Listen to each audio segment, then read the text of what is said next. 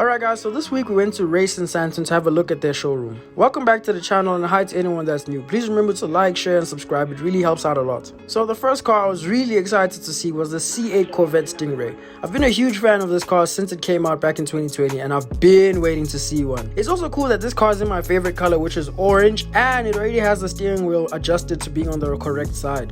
You can't have a supercar showroom without a GTR, so of course they had one.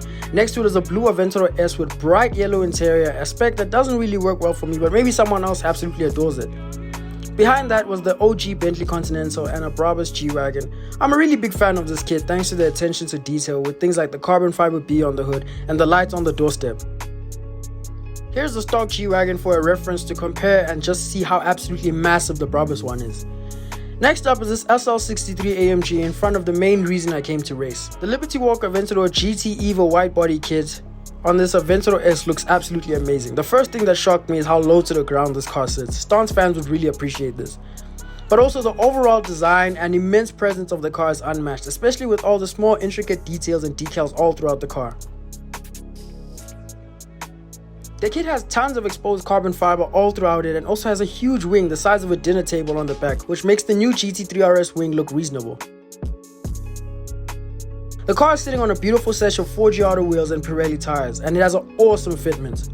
The car has a traditional Bosu Zoku style exhaust on the back that just sticks out without any actual design or purpose. It just looks that way because of the original cars in Japan that were meant to stand out and make as much noise and be a statement piece in Japan's strict rule following culture. It's really cool to see that carries over into a company like Liberty Walk that's working on such expensive and high-end cars like Aventador S's.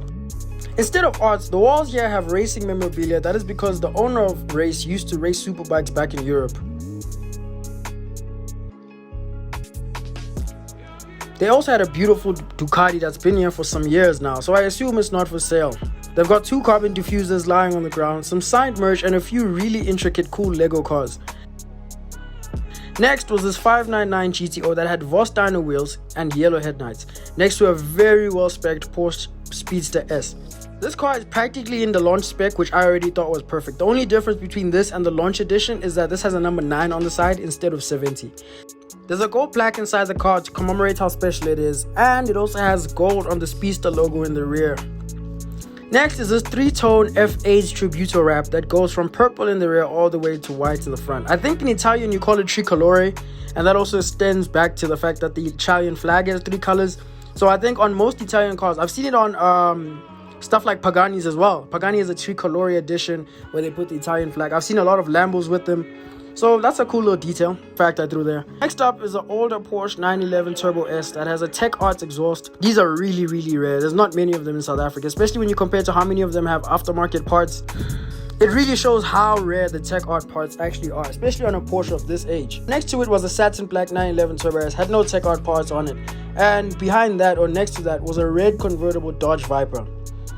Behind all the cars was a wall full of aftermarket wheels and designs that you can choose from whenever you want to come spec your dream car here at Race. Maybe one day I'll be doing that, but you guys gotta make sure you like, share and subscribe so I can get paid by YouTube and I'll come buy an Aventador as well. And yeah, believe it or not, I won't be like the average Aventador owner. I'll be crazy. I'll get like a SVJ and put BBS wheels on it and take it to stance events just for the culture. No other reason. Simply the culture.